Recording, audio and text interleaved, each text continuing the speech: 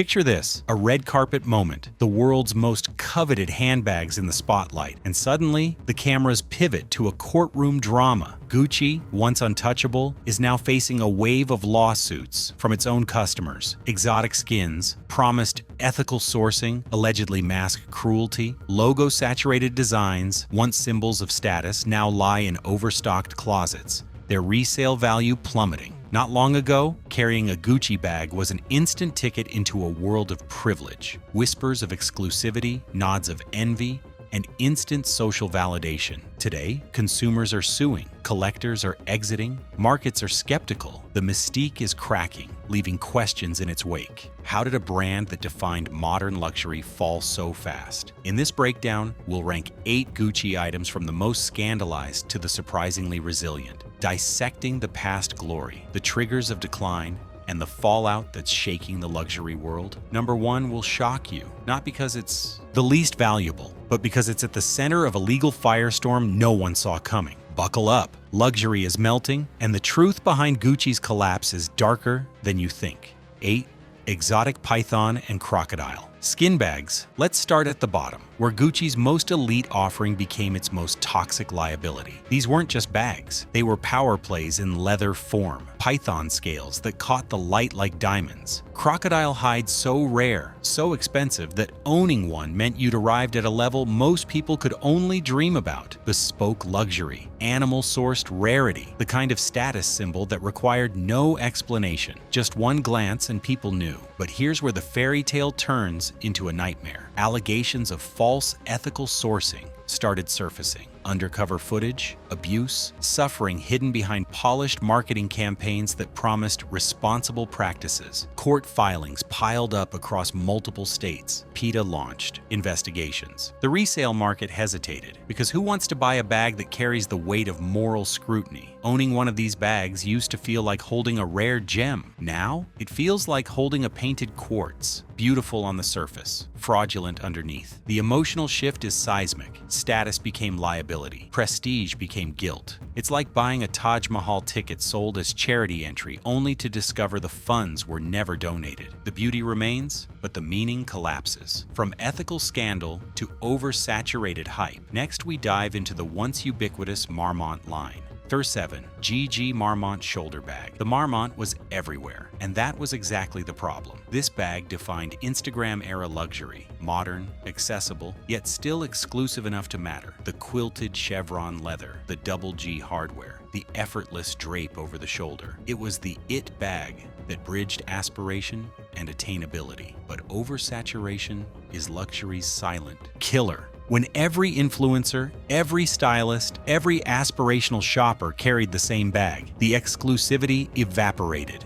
Design fatigue set in. The market flooded with pre-owned listings, and prices crashed, down roughly 40% from peak. Forums buzzed with the same sentiment. It's just not special anymore. What once shouted status now barely whispers it. Think of it like a mass-market Rolex lookalike devaluing the real thing, or an overplayed remix that loses all its magic through repetition. The Marmont became background noise in a world that craves distinction. Production surplus met declining hype, and the resale market responded with brutal honesty. The numbers don't lie. When everyone has it, no one wins. From the bag to the belt, logos everywhere. Prestige fading fast. Number 6. GG Marmont belt. The belt was supposed to be different, subtle, a whisper of luxury around the waist, not a scream. For a while it worked. The double G buckle became a signature, a status signifier for those who understood the language of quiet wealth. But then came the knockoffs, the trend dilution, logo fatigue settling in like dust on a trophy. When you can find a version at every street market, every fast fashion retailer, every corner of the internet, the original loses its power. Reduced secondhand offers tell the story. Widespread availability killed the exclusivity. What was once an insider badge became a common keychain in a rare coin exhibit. Prestige doesn't just dilute, it dissolves. The emotional weight shifted. Wearing the belt no longer sparked recognition from those who mattered. It sparked nothing at all. It's like an overused chorus everyone ignores. Once it was the hook that made the song. Now, just filler. The market moved on, and the belt stayed behind. Recognizable, yes, but no longer remarkable. Next up, a casual everyday classic that overexposed itself. Soho Disco Bag. The Soho Disco was Gucci's gateway drug. Compact, wearable, affordable by luxury standards. It widened the brand's reach while retaining just enough style to matter. This was everyday luxury, the crossbody that worked with jeans and blazers, brunch and boardrooms. For a moment, it was perfect. But mass adoption is a double-edged sword. Logo saturation kills desire faster than almost anything else. Deep discount listings flooded resale platforms. Pre-owned demand softened. What was once exclusive street-style status became a background bag, present but unremarkable. The thrill of ownership faded with ubiquity. It's like a value combo that underdelivers, or a cafe playlist staple that's played so often it becomes boring white noise. The disco lost its rhythm. It became predictable, and in luxury, predictability is death. The emotional arc here is telling. From "I finally made it" to "everyone has this." That shift from pride to indifference is what separates lasting luxury from fleeting trends. The market responded accordingly. Availability surged. Prestige collapsed. Let's pause and connect the dots. We've seen exotic skins embroiled in ethical nightmares, logo-heavy designs drowning in oversaturation, belts and bags that lost their whisper of exclusivity. But what's the real cause behind all of this? It's not just one scandal. It's not just one overproduced line. It's a perfect storm of brand identity erosion, oversaturation, logo fatigue, trend chasing without substance, ethical and legal missteps that shattered trust. Gucci chased volume over mystique, accessibility over rarity, hype over heritage. And when a luxury brand forgets what made it sacred in the first place, the market punishes it without mercy. If you're deep into this breakdown, hit subscribe, because we're only halfway through luxury unraveling, and what comes next gets even more revealing. For Dionysus Shoulder Bag. The Dionysus was Gucci's wild card. Eclectic, artistic, a bag with a story. Named after the Greek god, adorned with distinctive tiger head hardware. This was the creative revival bag, the one that said, "I appreciate design, not just logos." For a moment, it worked. It was a conversation starter, a niche luxury story that resonated with collectors who valued craft over clout. But eclectic design is a gamble. Classic buyers were confused. Resale value fluctuated wildly depending on the version, the color, the edition. Outside the flagship styles, demand weakened. What was once a conversation starter became a gamble on taste. The Dionysus is like niche art with fluctuating gallery value, or an alternative track that never quite went mainstream. It has its loyalists, absolutely, but it never achieved the universal recognition that stabilizes resale markets. Price variation on resale platforms tells the story. The Dionysus fragmented the market. Some versions held, others tanked. The emotional angle?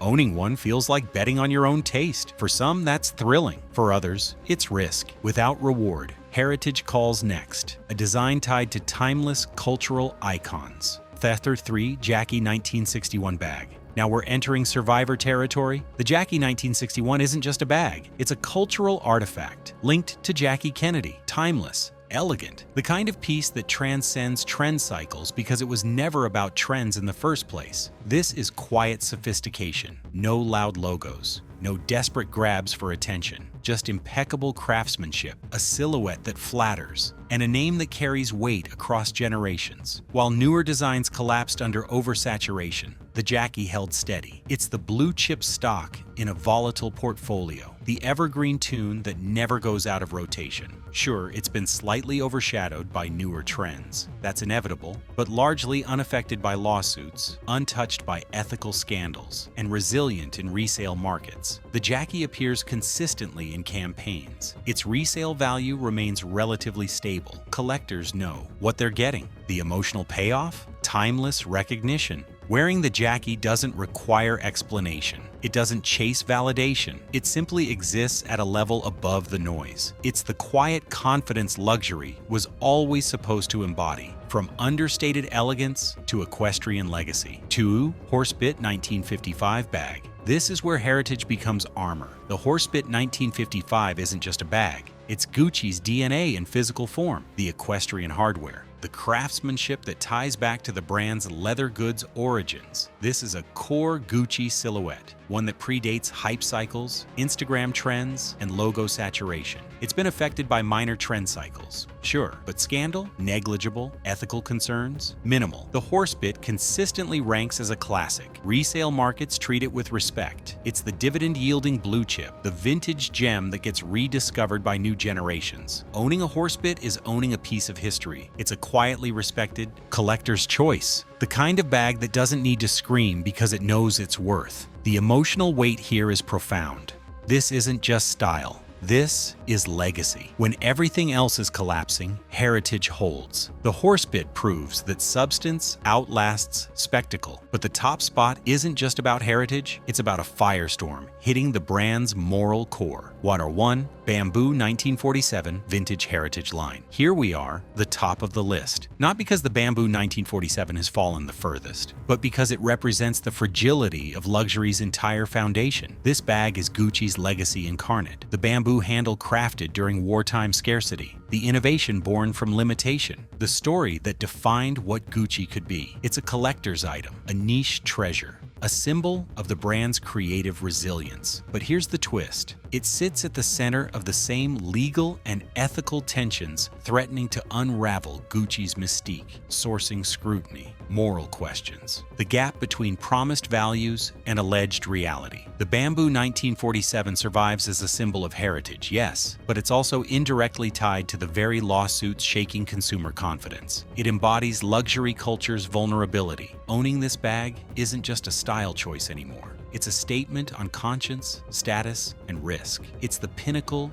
of Gucci's artistry, standing in the shadow of Gucci's moral reckoning. The emotional impact is staggering. Every glance at that bamboo handle carries weight, history, beauty, and the uncomfortable question, what did it cost? This is where prestige meets scrutiny, where heritage meets accountability. The Bamboo 1947 holds the top spot because it reveals the truth. Even the most iconic pieces aren't immune when trust collapses. This ranking exposes a harsh truth about modern luxury. Prestige is fleeting, mystique is fragile, and moral perception can outweigh pure aesthetics. Gucci's rise and partial fall demonstrate that status isn't just about logos or rarity. It's about trust, storytelling, and cultural respect. Oversaturated lines and fast trends dilute desire, but ethical missteps can crumble it overnight. For collectors and aspirational buyers, the takeaway is clear. Heritage still holds weight, but the market now punishes hype without substance. We're witnessing a seismic shift. Expect quiet luxury to dominate, scarcity-driven releases, ethical transparency as non-negotiable. Future IT items will be quieter, harder to get, and harder to replicate, returning the thrill of exclusivity that made luxury sacred in the first place. This lawsuit saga isn't just courtroom drama, it's a signal flare for all luxury brands. Respect the story, honor the source, and never underestimate your audience. The brands that survive will be the ones that remember what luxury was always supposed to mean. Not just wealth, but worth. Not just status, but substance. If you want the inside scoop on which luxury brands are next, in crisis, and which are quietly thriving, stick with Luxe Crisis. We'll break it down before anyone else. Because when the mystique cracks, we'll be there to show you what's underneath.